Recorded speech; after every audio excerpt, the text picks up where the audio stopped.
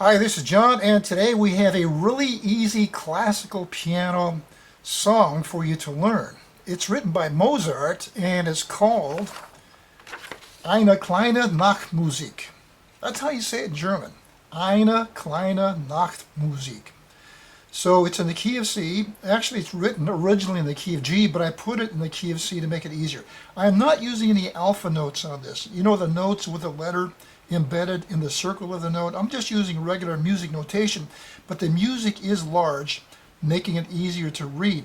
Now, what you need to do is go down to the info section, right down there below the video screen. There's a link down there. Go down there and click that link and download and print up your sheet music of the song, because I'm going to go by the sheet music teaching you. And but first, before we start, let me just play this for you, and then after I play it for you, I'm going to have the computer play it, and you can see how it sounds when you play it perfectly straight. And then we'll take it to measure by measure, and we will do a tutorial on this famous song, Eine Kleine Nacht Musik. Now, so when I play freestyle. So I may do things that are not really in the music. So here we go.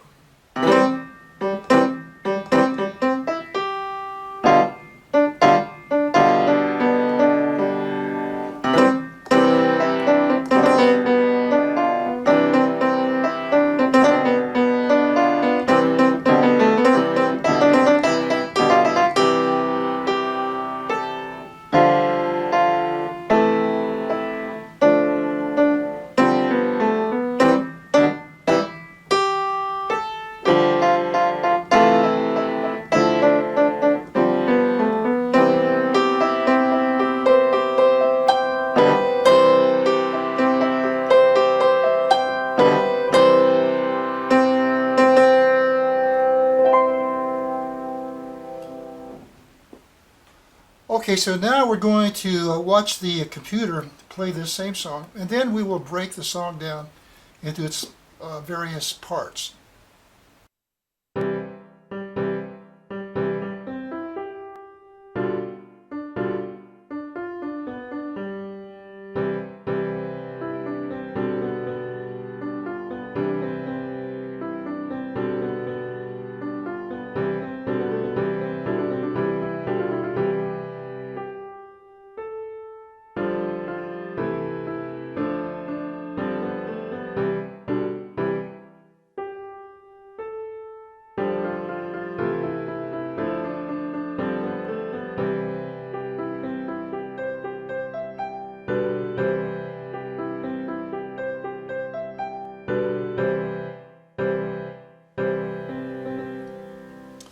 Okay, now this song starts out with a C chord in the left hand. And so the melody goes like this. But the left hand shares part of the melody. Your left hand thumb is going to play part of the melody. And when you see this G down here, right here, that's part of the melody. And this G over here in the left hand bass, that's part of the melody. So we've got the chord, and then your left hand thumb plays that melody note. So the first measure is like this. Left hand thumb plays together like that. So now, and we see the same thing taking place over here in measure 2. Your left hand thumb is going to play part of the melody. So measure 2 is like this. Slow.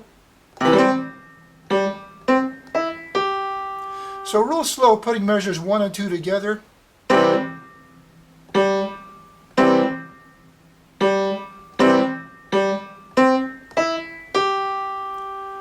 Okay, now we go over here to measure number 3, and we go over to a G chord. So the G chord is just it's your first inverted position. First inverted position of a G chord. And measure 3 goes like this.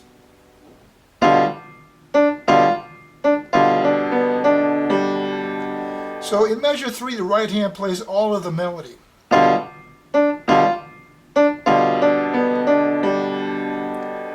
Okay, now in measure 4, over here, the last part, your left hand G, right there, the left hand G, that's part of the melody.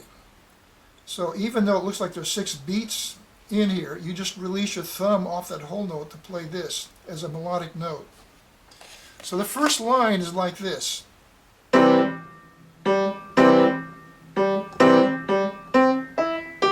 G chord.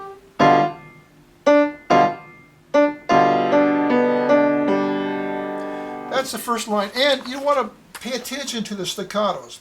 The staccato is a little dot below the note, or in the left hand bass, the little dot above the notes.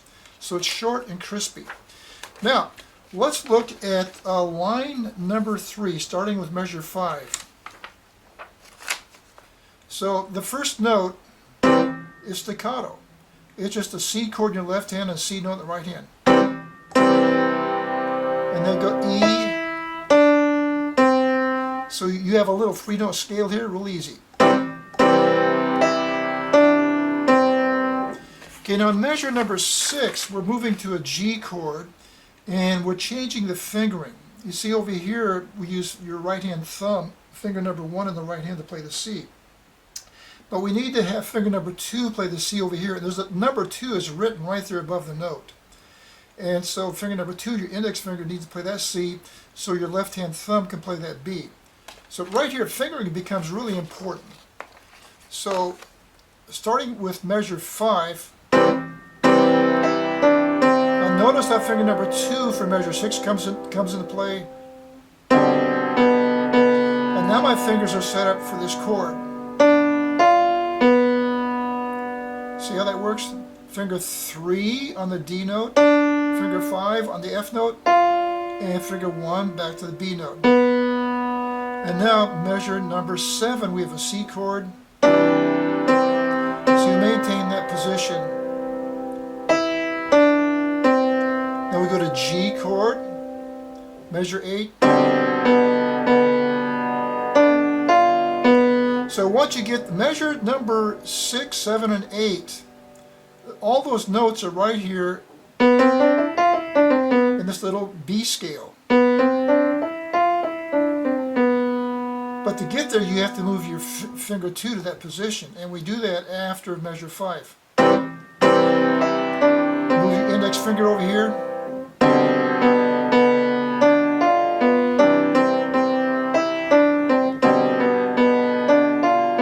Okay, now we are on measure number 9, and this is probably the kind of hard part right here, because you have these 16th notes. And look at the chords. The chords change. The chords, you know, C chord, G chord, C chord, G chord, C chord, G chord, C chord. So you're alternating between C and G chord. And so measure number 9, the fingering is really important in measure number 9. If you look at the, we have finger number 3, your middle finger in the right hand plays a really important part to set up each little phrase. So each little phrase begins with your middle finger. So these 3 fingers play a very important part here, and that middle finger plays an important part. So it's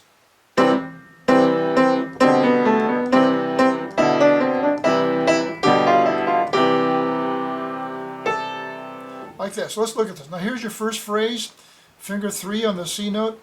Now let's just look at the treble clef. Now move finger 3. Move finger 3. Notice how I play the whole thing with just these 3 fingers.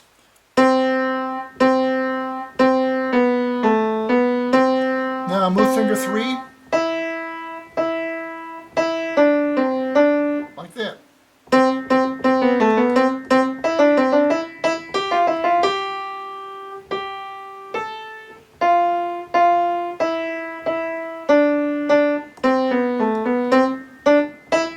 Okay, now, so putting the chords, starting measure number 9, this is the hard part, putting your chords with these 16th notes. So it's like this.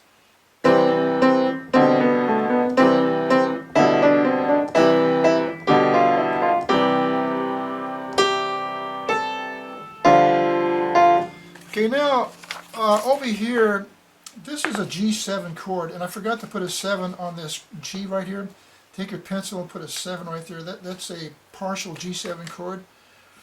and we'll do it again in the next measure. So starting on measure 12, we have this partial G7. Here's a full G7 chord, but we are using only these three keys. D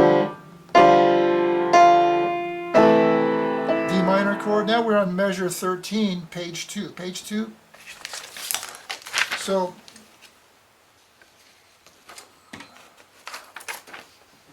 this phrase down here on measure 12 and 13, they're all kind of connected right here. And so it's split between the two pages. So starting with measure 12, we have the G7 chord, A minor chord, D minor chord. Now this should be a G7 chord, like that. So take your pencil and change that G chord to it, put a 7 right next to it. It's a G7 chord right there. Okay, let's do that section again, starting in measure 12.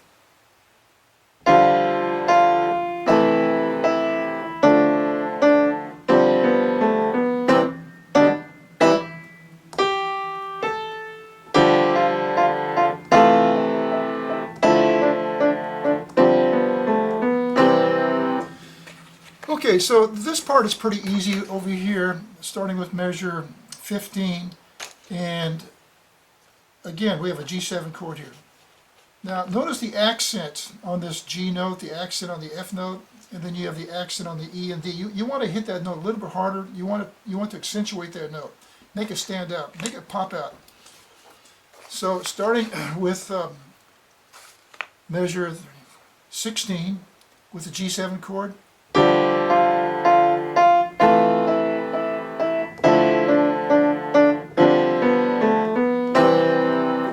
Okay, now at the end of the song we have a new phrase. We have this arpeggio. So it's a C chord arpeggio, ends on a G, then C, same arpeggio, ends on a G. Then we have the ending of the song. So again, the fingering is really important in order to play this arpeggio. So the arpeggio goes like this. You're going to use fingers 1, 2, and 3 a lot. So thumb comes over here, thumb here, then start over again. Finger 3, finger 2, finger 1, finger 2, finger 3, finger 5, move finger 1 up here, 2, 4, 5, now I got a 4 there, 4, 5, it could be a 3. The 4 and 5, 4 would be correct.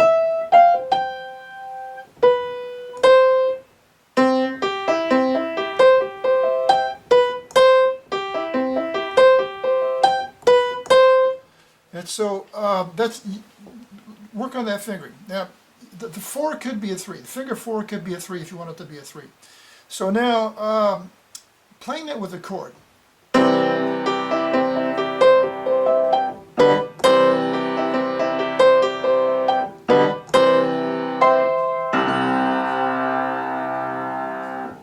Okay, so I hope you enjoyed that little classical song, and if you learned something, give the video a thumbs up.